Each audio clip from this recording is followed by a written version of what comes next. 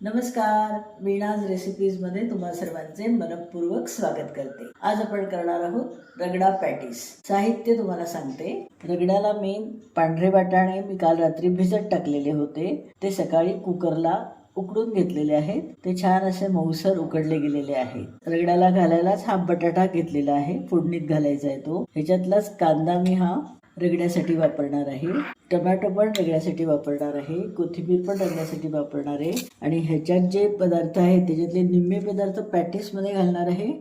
मिरचीची पेस्ट आहे, आल्याची पेस्ट आहे, लसणीची पेस्ट आहे आणि थोडेसे साबुत जिरे आहे आणि हे जे आहे ते कॉर्नफ्लोअर आहे। बटाटा 3 बटाटे उकडून घेतले होते, ते सोलले आणि किसणीवर किसलेले आहेत, म्हणजे मग मध्ये मध्ये ते येत नाही, सॉफ्ट आपल्याला बॅटर मिळतं त्याचं। धनेपूड आहे, जिरेपूड आहे, मीठ आहे। आपण आता हा तव्याचा गॅस मी सुरू करते। आपण आधी पॅटीस करायला ठेवूया। मी याच्यावर तेल पण घालून ठेवते। बटाटा आहे, कॉर्नफ्लोअर घालते। बटाटा आज छान ड्राय असा आहे, त्याच्यामुळे खूप कॉर्नफ्लोअर लागत नाही आहे।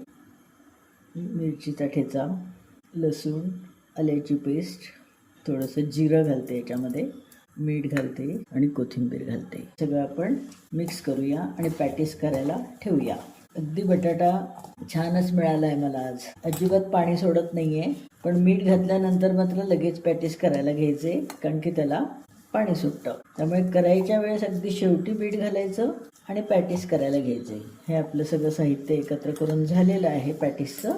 आपण आता पॅटीस करायला ठेवूया। तुम्हाला ज्या आकाराचे पॅटीस हवे असतील त्या आकाराचे पॅटीस करून एका साईडने व्यवस्थित करून घ्यायचे, उलटायचे, दुसऱ्या साईडने करून घ्यायचे। आता मी हे पॅटीसचा हा जो तवा आहे तो दुसरीकडे हलवते आणि इकडे आपण रगडा करायला घेऊया। गॅस मोठाच आहे, तेल टाकते। तेल चांगलं तापलं की आपण फोडणी करायला सुरुवात करूया। मोहरी घालते, हिंग, हळद, कांदा, टमॅटो, हाताने कुस्करलेला बटाटा आहे, एक बटाटा उकडून घेऊन तो हाताने कुस्करला, आलं, मिरची, जिरं, लसूण आणि हा सर्व मसाला आपण एकत्र करून घेऊ। रंग चांगला यावा म्हणून लाल तिखट टाकते। एकीकडे आपली पॅटीस आहे तुम्ही आता उलटते, आता बारीक करते, म्हणजे आपल्या हे रगडा होईपर्यंत पॅटीस तयार होतील। गॅस आता मी हा इथला बारीक केला आहे। आता हे रगडा सगळ्या याच्यावर घालते।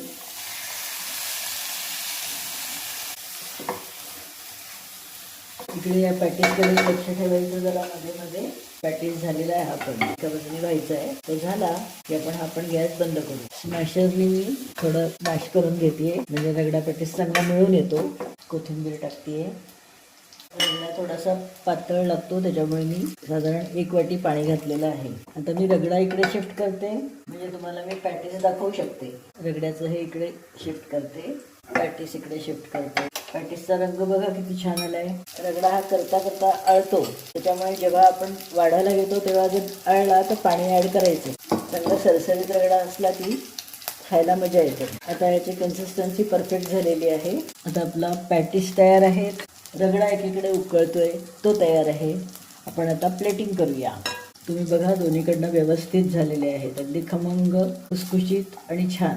पहिल्यांदा आपण रगडा घालायचा आहे। रगडा पॅटीसला चिंचेची चटणी घरी केलेली आहे, पुदिन्याची चटणी, त्याच्यावर कांदा, कोथिंबीर आणि शेव हे आपल्याला वर घालायला लागणार आहे। पुदिन्याची चटणी सुद्धा घरीच केलेली आहे। त्याच्यावर हे पॅटीस घालते, चिंचेची चटणी, हे सगळं रगडा पॅटीस। आणि हे जर तयार झालं रगडा की आपल्याला वेळेवर सगळ्यांना हाताने घेता येतो, त्याच्यामुळे सगळं टेबलवर अरेंज करून ठेवायचं आणि प्रत्येकाला जसं हवं तसं प्रत्येकजण हाताने घेतं।